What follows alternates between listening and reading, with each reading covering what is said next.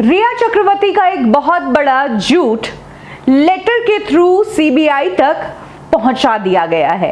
एक चश्मदीद गवाह जिसने रिया के झूठ को पकड़ा, उसने वो पूरी बात सीबीआई को लेटर में लिखकर सीबीआई के निर्देशक को भेज दी है।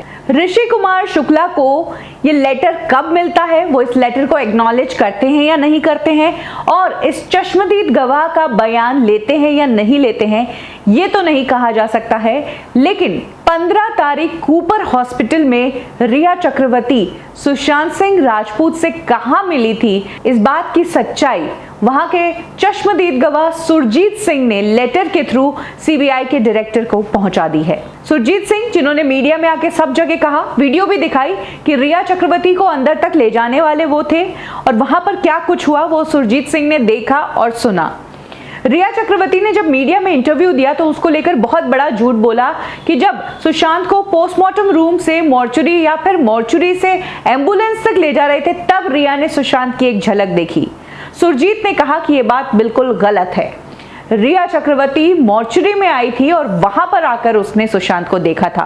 वो किस रास्ते से आई थी, किस किस के साथ आई थी, किस टाइम आई थी, ये एक एक चीज मुझे पता है। सुरजीत ने यह भी कहा है कि कूपर हॉस्पिटल को पहले ह्यूमन राइट्स कमीशन ने पूछा था कि जब मॉर्चुरी में पोस्टमार्टम रूम में कोई भी अलाउड नहीं है तो ऐसे में रिया चक्रवर्ती को कैसे जाने दिया।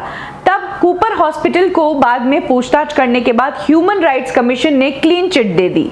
सुरजीत ने कहा कि ह्यूमन राइट्स कमीशन ने मुझसे क्यों नहीं पूछताछ की, मैं उस जगह का चश्मदीद गवाह था। मैं कह रहा हूं कि रिया चक्रवर्ती ने सुशांत की बॉडी को रास्ते में नहीं देखा था, वो बाकायदा मॉर्चुरी में थी और वहां पर खड़ी होकर उसने सॉरी बाबू वाली बात कही थी। वो 2-3 सेकंड का टाइम नहीं था, बल्कि रिया चक्रवर्ती वहां पर काफी देर तक रुकी थी।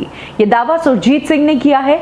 यही सब बातें सुरजीत सिंह ने अपने लेटर में लिखी है और साथ में यह भी लिखा है कि मैं आपसे इसी मामले में मिलना चाहता हूं, बात करना चाहता हूं और अपना बयान दर्ज करवाना चाहता हूं। अब डिपेंड करता है कि ऋषि शुक्ला, जो कि सीबीआई के डायरेक्टर है, वो सुरजीत के इस लेटर पर कुछ जवाब देते हैं या नहीं देते हैं।